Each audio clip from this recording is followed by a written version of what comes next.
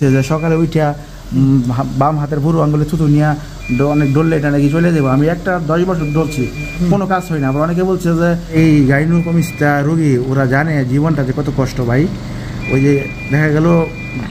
ঠিক আছে, আপনার পরিচয়টা বলবেন যতটুকু আপনার বলতে ইচ্ছা হয়। ভাই আমার নাম মোহাম্মদ রাকিব, আমি আসছি নরসিংদী থেকে।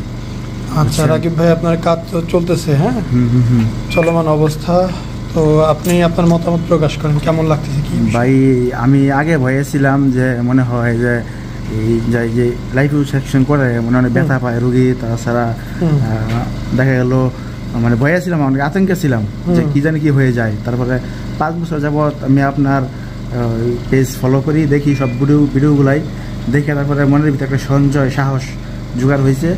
তারপর প্রবাস থেকে আইসা আমি আপনার ডাইরেক্ট এখানে চলে আইছি। আর এখন আমি যে সার্জারি করতেছি, মানে আমার কাছে কোনো খুঁজে পাচ্ছি না আমি যে সার্জারি হচ্ছে কি না। মানে মনে হচ্ছে যে আমি মানে বসে রয়েছি, ম্যাডাম কাজ করতেছে, আমার গায়ে কোনো মানে আঘাতই লাগতেছে না, বুঝছেন। তাছাড়া ভাইয়া যারা এই গাইনোকমিস্টা রোগী ওরা জানে জীবনটা যে কত কষ্ট ভাই। ওই যে দেখা গেল গ্রামের মানুষ কিন্তু ভাই বিকালবেলা বা দুপুরবেলা খালি গায়ে একটা গামছা নিয়ে হাঁটাহাঁটি করে, তাই না? করে। কিন্তু যাদের এই গাইনোকমিস্টা রোগী ওরা কিন্তু মানে লজ্জায় মানে বুকের সাইজ অনেক বড়, মানে বাড়ি থেকে কিন্তু বের হইতে পারে না, মানে এক ঘরের ভিতরে কোনার ভিতরে বসে থাকে। বাড়ি থেকে বের হলে আপনার সাধারণত লজ্জা লাগে, গেঞ্জি গায়ে দিতে পারে না। তারপরে যদি সেন্টু গেঞ্জি আছে, চিনেন না সেন্টু গেঞ্জি বলে যায়, ওই সেন্টু গেঞ্জি গায়ে দিয়া তার উপরে একটা পাতলা গেঞ্জি দিয়ে গায়ে দেওয়া, তারপরে আবার একটা কাপড় দিতে হয়, তাহলে এটা মানে বুকটা সমান দেখা যায়। আর যদি শুধু একটা কাপড় দেয় তাহলে কিন্তু মানে মেয়ে মানুষের মতন বুকটা সবসময় উঁচা হয়ে থাকে, বুঝছেন ভাইয়া। যখন আমার এটা হয়েছিল, আমাদের গ্রামের অনেক দাদা আছে পুরানো, ওরা মানে অনেক কিছু বলছে যে সকালে উঠা বাম হাতের বুড়ো আঙ্গুলে থুতু নিয়ে অনেক ডললে এটা নাকি চলে যাবো। আমি একটা 10 বছর ডলছি, কোনো কাজ হয় না। আবার অনেকে বলছে যে ওই যে 1 টাকার লাল কয়েনগুলো ছিল না ভাইয়া, ওই লাল কয়েনগুলো মানে থুতু লাগাইয়া ডললে চলে যাবো, কাম হয়েছে না। আবার আরেক দাদা বুদ্ধি দিয়েছিল যে গাছ আছে না, গাছ সকালবেলা গাছের মধ্যে শিশির পরে কুয়াশা পরে কলা গাছ, কলা গাছের মধ্যে ডললে যাইবো গা, অথচ ভাই কিছুই হয় নাই। তারপরে আমি আপনার এই কষ্টে এই দুঃখ আমি কারে বলবো, তারপর আমি হোমিওপ্যাথি ওষুধ খাইছি, বুঝছেন ভাইয়া।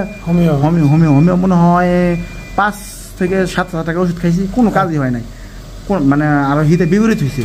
আচ্ছা, বুঝছেন এই আর কি। তার যাদের এই গাইনোকমিস্টা যারা আক্রান্ত ভাই, মানে ওরা একটা খাঁচায় বন্দি, এরকম অবস্থা, বুঝছেন। আমি এই যে আজকে আমার সার্জারি হচ্ছে, আমার মনে হইতেছে যে আমি জেলখানা থেকে বের হয়ে যাচ্ছি।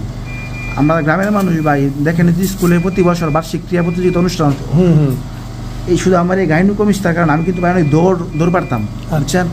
কিন্তু এই গাইনোকমিস্টার কারণে দেখা গেল যে খেলা দিতে গেলে একটা শর্ট সেন্টু গেঞ্জি আর একটা শর্ট প্যান্ট পরে খেলা দিতে হয়, তাই না? তো আপনার এই গাইনোকমিস্টার কারণে আমি খেলায় অংশগ্রহণ করতে পারি না, কোনো সময় নেই, কোনো দিনও না। তারপরে মানুষ যেখানে আমাদের আত্মীয় স্বজন আছে, বিয়ের দাওয়াত অনুষ্ঠান দাওয়াত দিলে আমি যাইতাম না, লজ্জায়। কেন যাইতাম না ভাই? কারণ দেখা গেল অনেক বুক একটা পাতলা যদি কাপড় পরে যায়, তাহলে একবারে বুকের সাইজটা বোঝা যায় যে মেয়ে মানুষের মতন। 12-13 বছর 14 বছর মেয়ের যখন ফার্স্ট টাইমে একটা পরিবর্তন আসে না, সেম এরকম অবস্থায় হয়। তারপরে লজ্জায় আমি যাই না কোনো দিকে, বুঝছেন ভাইয়া। এখন আমি আপনাদেরকে বলতে চাই, যারা আমার মতো এই গাইনোকমিস্টায় আক্রান্ত রোগী, আমি ওদেরকে বলতে চাই ভাই, আপনারা আসুন, দেখুন এই শাকিল ভাইয়ের এখানে আসুন, কথা বলুন, দেখুন। আমার বিশ্বাস যে আপনারা আসলে আপনারা নিরাশ হবেন না, আপনারা এখান থেকে সার্জারি করে তারপরে বাসায় চলে যাবেন, এটা আমার বিশ্বাস ভাই। ইনশাআল্লাহ, অবশ্যই অবশ্যই আপনারা আসেন, দেখেন ভাই, যদি কেউ অপারেশন নাও করে চাই সে দেখে যান, ঠিক আছে ভাইয়া। বোঝা উচিত, জানা উচিত, দেখা উচিত। ও তাছাড়া ভাই আরেকটা কথা, আমি যখন এখানে আসবো আমি বাবার কাছে বলছি, মানে বাবার কাছে সরাসরি বলি নাই, কিন্তু মাকে দিয়ে বলাইছি। কিন্তু পরে মা কয় ঠিক আছে, ভিডিও দেখাইছিলাম একটা আপনার 65 বছর এক বুড়ো প্রফেসর, ওনার ভিডিও দেখাইছি। তো ভিডিও দেখানোর পরে আমার বাবা বিশ্বাস করছে। পরে আমি একটু পরে আমার বাবা ঘরে আসছে, পরে আমি কই মা তাহলে আমি বাড়ি চলে যাই, আপনি আব্বার কাছে বললেন। পরে আব্বার কাছে বলছে, আব্বাই কই না না, এটা কোনো রোগ না, এটা এইসব মানুষের এমনি হরমোনজনিত সমস্যা। পরে আমি আবার মোবাইলটা আমার মার কাছে দিয়ে আসছিলাম, পরে মা আবার আব্বারে দেখাইছে যে দেখেন তাহলে যদি এটা রোগ নাই হয়ে থাকে, তাহলে এই যে এইসব মানুষের কি এমনি হয়েছে, আর ওরা কি এমনিতে অপারেশন গিয়ে সার্জারি করাইছে, কেউ কি সাদে আইসা সার্জারি করায়, যখন মানুষ আক্রান্ত হয় তখনই সার্জারি করায়। পরে আর কি বুঝতে পারছে যে এটা ঠিকই। পরে আব্বা বলছে যা যে অপারেশনটা করে আস। তাছাড়া ভাই আরেকটা জিনিস আপনি বলছেন যেটা বংশগত, ঠিকই ভাই, এটা বংশগতই। কারণ আমরা 3 ভাই, আমি বড়, আমার হয়েছে যে মেজু, ওর হয় না, আবার যে ছোট ওরও হয়েছে। আচ্ছা ও আলহামদুলিল্লাহ 1.5 মাস পরে দেশে আসতেছে। দেশে আসলে ইনশাল্লাহ আমি শাকিল ভাইয়ের কাছ থেকে ওর সার্জারিটা এখান থেকে করাই নিব ইনশাআল্লাহ। নিয়ে আসেন, সমস্যা নেই, তখন তো আরো ভালো হবে। আর আমি সকল যারা এই ভিডিওটা দেখতেছে সকল ভাইয়াকে বলতে চাই যে আপনারা আসুন, দেখুন, ইনশাল্লাহ আপনাদের ভালো একটা ফলাফল এখান থেকে পাবেন ইনশাআল্লাহ। ঠিক আছে। আর সবার জন্য সবাই আমার জন্য দোয়া করবেন ভাইয়া। জি, আল্লাহ হাফেজ। আসসালামু আলাইকুম, মোহাম্মদ শাকিল হোসেন বলছি। 2017 সাল থেকে আমরা গাইনোকমার্সি নিয়ে নিয়মিত কাজ করছি এবং ভিডিও প্রকাশ করছি।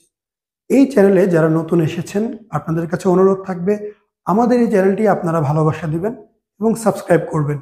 এবং যারা অলরেডি সাবস্ক্রাইব করেছেন তাদেরকে অসংখ্য ধন্যবাদ। আপনারা কমেন্টের মাধ্যমে আপনাদের মতামত জানাবেন। ধন্যবাদ।